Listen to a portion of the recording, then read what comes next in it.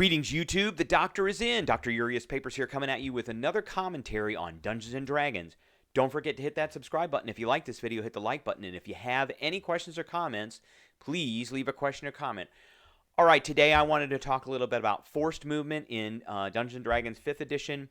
And I want to talk about what it's all about, what tactics we can use, why we want to use it, and what are the sources for forced movement. We talk about forced movement. Let's define that first. We're talking about moving an opponent or moving a creature without it doing it itself, forcing it to move in a specific direction, either pulling it towards us, pulling it away, or pushing it away from us, teleporting it around, causing it, in some instances, causing it to run away. So the first thing we want to talk about is why. Why would we want to do this? What are the advantages that we're going to get by forcing a creature to move? So I've got 3 major points, and I call them major points. This is not all the reasons why. There are many reasons why we would want to do this, but I came up with 3 major points. And, if you have any other points that you want to make, leave them in the comments. So that I and others can see them as well, and then we can kind of add those into the repertoire of things that we can use force movement with. So the first major point I have here is we want to move an opponent to do damage, and there are 3 basic ways to do this. If you can think of any others, put them in the comments. I'd appreciate it. First one that we've got on here is Grasping Arrow. So we're going to go into this. A Grasping Arrow belongs to the fighter, who is an arcane archer, so you get that at 3rd level, and you get this thing called Arcane Shot, and so you get a number of these abilities, and once per turn when you fire an arrow from a long or short, but as part of an attack action, you can apply an Arcane Shot. And the one we're talking about here is this one called Grasping Arrow. So Grasping Arrow, when you strike the opponent, all these poisonous brambles and vines wrap around them. They take poison damage. Their speed is reduced by 10 feet.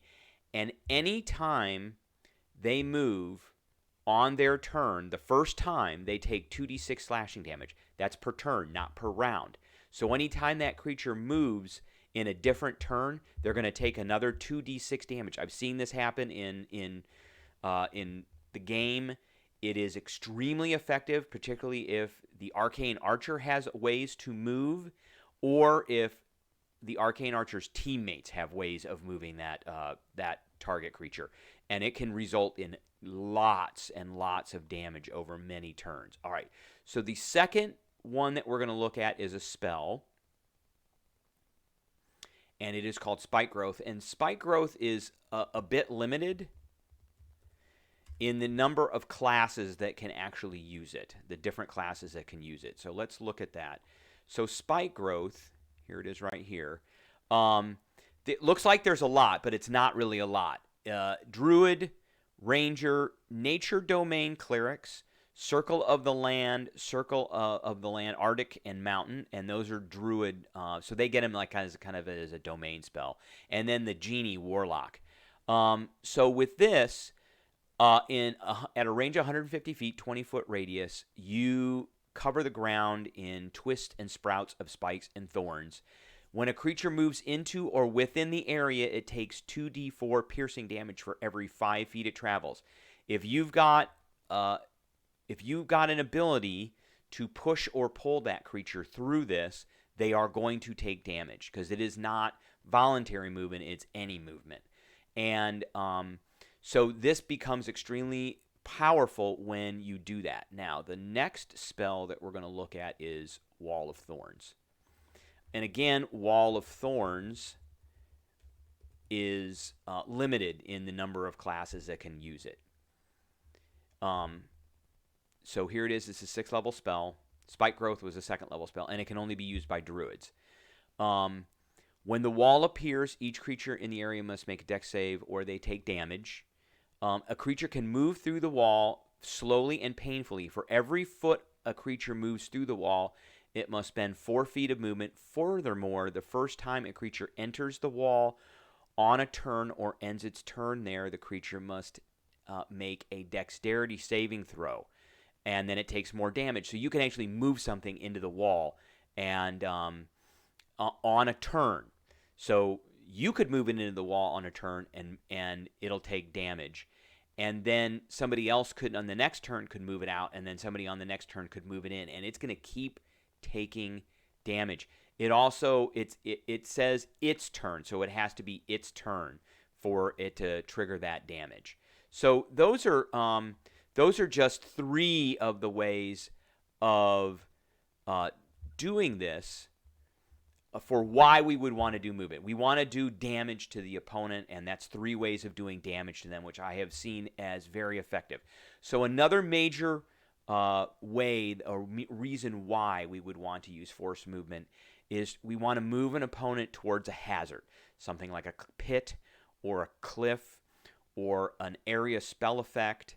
And those could be things like web, stinking cloud, wall spells like wall of fire, cloud kill, hunger of Hadar, black tentacles, all of these kind of area of effect hazard spells that can do things to our opponent. I mean, there are other area hazards too, like if you're near a river of lava or a river of boiling water or boiling mud or something like that. You don't actually have to push them in either. You could move them towards it. There are many powers that will not let you put them in the area, but will let you put them right next to it. And one of your teammates could then just push them in with the shove action, or if they have forced movement. And so like a double force movement team action could get them into some very, very bad places. And the third reason why we would want to move an opponent is for tactical advantage. Maybe we want to move that opponent away from a teammate, such as like the Cleric or the Wizard or Sorcerer, or somebody who is a little bit squishy, who doesn't want a big bad guy next to them. Maybe we want to move an opponent towards the party tank. So there are several reasons why you would want to kind of move things around the battlefield and control them. All right, so let's get into all of the different ways in which we could move things. And I just want to talk a little bit about this is where all of the force movement synergies for damage come from. Grasping Arrow is Fighter, Arcane Archer.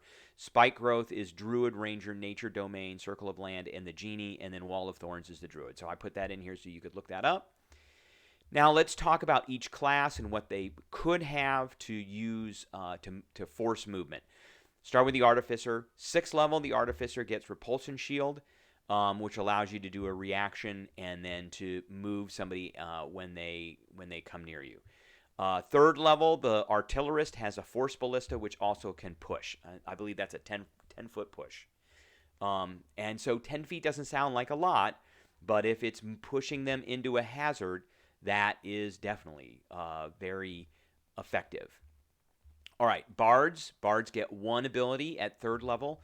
College of the Blade. They have this mobile blade flourish. And I believe it's as an attack, and then you can push the opponent. Our next ability is the Cleric. Not a lot here. I included Channel Divinity Turn Undead because Undead have to move away from the Cleric if they fail their save. So that's kind of forced movement, but they're not going to like run into a pit or anything. So you are forcing them to move, but it is not your choice. At 6th level, the Tempest Domain gets Thunderbolt Strike. This is a push, and it is controlled by the Cleric as to where they go. The next one is the Druid. So wild-shaped Druids, and we're just looking at class abilities. We're not looking at spells right now. We will get into that. So as far as class abilities for the Druid go, they can wild shape into various animals that have high strengths, could be trained in athletics. They could be trained in athletics themselves, and then use the shove action, and then they could very effectively shove something 5 feet. 5 feet doesn't sound like a lot, but 5 feet can get them closer to some kind of hazard. Or maneuver them in combat a little bit better. So forced movement class abilities for the fighter. There are several of these. At 3rd level, the Battle Master gets a shoving attack, which allows you to use one of your maneuver dice and then push someone. The Gunslinger at 3rd level gets a forceful shot, which allows you to hit them and push them. And at 7th level, the Psi Warrior gets a telekinetic thrust, which allows them to push somebody from a distance. And unfortunately, these are all different archetypes within the fighter, so you can't take all of them. You can only take one at a time. But, if you combine them with some of these other class abilities and some of the spells we're going to talk about through multi-classing, then they can become extremely effective. All right, so for the monk, we've got several of these. At 3rd level, Way of the Four Elements, we have Fist of the Unbroken Air. We have Water Whip, which I believe pulls instead of pushes. And then we have Way of the Open Hand. Again, these are all archetypes. You can only take one of them. You can't take all of them. But they all either push or pull. And they can do it a number of times a day that make it very effective. For the Paladin, we've got Oath of the Open Sea. Now, this comes from some of the Critical Role content, and you get this ability called Fury of the Tides, which allows you to push something. For the Sorcerer, unfortunately, the Sorcerer doesn't have a whole lot, and they've got one at 14th level for the Storm Sorcery, which is Storm's Fury. That is a far way off, but it is one thing that the Sorcerer can use to trigger force movement. That's a class ability. For the Warlock, we've got 3 different things. So they're all evocations. We've got Repelling Blast, so you hit something with your Eldritch Blast, it pushes it 10 feet. Grasp of Hadar will pull it towards you, and Rebuke of the Talisman will push them away from you if they come near the person who's wearing the talisman. So those are actually pretty good. And then the Warlock does get quite a few spells that they could use depending on their secondary archetype. So for a wizard, the wizard has one. It's Gravity Well, and this comes from Graviturgy. Again, this is from the Wildemount Critical Role material. And this is an ability. This is not a spell, so this could be actually pretty powerful. Okay, so forced movement from spell/cantrips. We've got 3. We've got Gust, which pushes, and that's Druid, Sorcerer, Wizard. We've got Lightning Lure, which pulls, and Thorn Whip, which pulls. So those, again, a multitude of classes get these. You can see that right here. For first level spells, we've got 4 options. We've got Command. Now, Command makes them dash, so you don't have control over where they go. We've got Dissonant Whispers. Again, that makes them move on their own. You don't have control over that. We've got Thunderous Smite from the Paladin. That is controlled pushing. Thunderwave, which is controlled pushing. And as you can see, Thunderwave, a lot of different classes have access to Thunderwave. Bard, Druid, Sorcerer, Wizard, Tempest Domain, Cleric, the Genie, the Fathomless from 2 different Warlock archetypes, and then the Artillerist and the Armorer all get this. For second level spells, we've got 3 options. Dust Devil. Dust Devil is actually concentration, and you can continuously do this every round that the Wizard, Druid, or Sorcerer is controlling this. We've got Gust of Wind, which again, a lot of different classes can use this, and we've got Vortex Warp. Now, Vortex Warp teleports, and you cannot teleport them like over a pit or over a cliff, but you can teleport them next to it, and that's the important thing, is teleporting them like right next to a hazard, and then somebody can push them in. For 3rd and 4th level spells, we've got a number of different options. We've got Fear. This is different than Cause Fear. Cause Fear puts the frightened condition on them, but doesn't force them to move. Fear puts the frightened condition on them and forces them to move, but it's not controlled movement. We've got Pulse Wave, which comes from Chronergy and Graviturgy, which is, again, some more Critical Role content. We've got Compulsion, 4th level. That forces them to move. It's not controlled move. We've got Grasping Vine, which puts something down for quite a while, and then it pulls things. And you can pull things towards the vine itself, and you could put the vine in a place like on the other side of a pit, or next to a cliff, so you could pull something next to it. We've got Gravity Sinkhole, again, Graviturgy, Critical Role content, and then we've got Watery Sphere. Now, Watery Sphere puts something in it, and you can move the sphere around. If the sphere goes off a cliff, then it's going to float down until it's hovering 10 feet in the air, so that you can't like throw it over a cliff and have something fall automatically. But the sphere can put someone over something or near something, and then you can dismiss it and have somebody push them in it. For 5th and 6th level spells, we have a number of options. We've got Bigby's Hand and the Forceful Hand option, which pushes. Wizards, Artificers, and the Fathomless get this. We've got Maelstrom, which is a Druid. We've got Telekinesis, extremely powerful. You can use it over and over and over again. It is a contested roll against the strength of the opponent, but it is something that can be used round after round. We've got Eye Bite. Eye Bite will cause them to move. It won't cause them to, it won't be controlled movement. We've got Gravity Fissure, Graviturgy. We've got Investiture of Wind. You can, round after round, push something with this if you get this near them from a distance.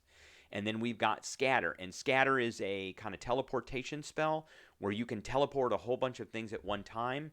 You have to put them on a solid surface. But, again, you could put them very near a hazard that they can get pushed into. For 7th to 9th level spells, we've got Reverse Gravity. Now, this isn't like pushing and pulling. This is they're going to fall up and then fall down. And then they'll land prone. So it does damage. It isn't necessary. I put it in here because it does forcefully move them up, but not necessarily forward and backward. We've got Whirlwind from Druid, Sorcerer, Wizard, and that's another one that you can pick them up in the Whirlwind and drop them anywhere you want. And then we've got Ravenous Void, which is a Graviturgy critical role content.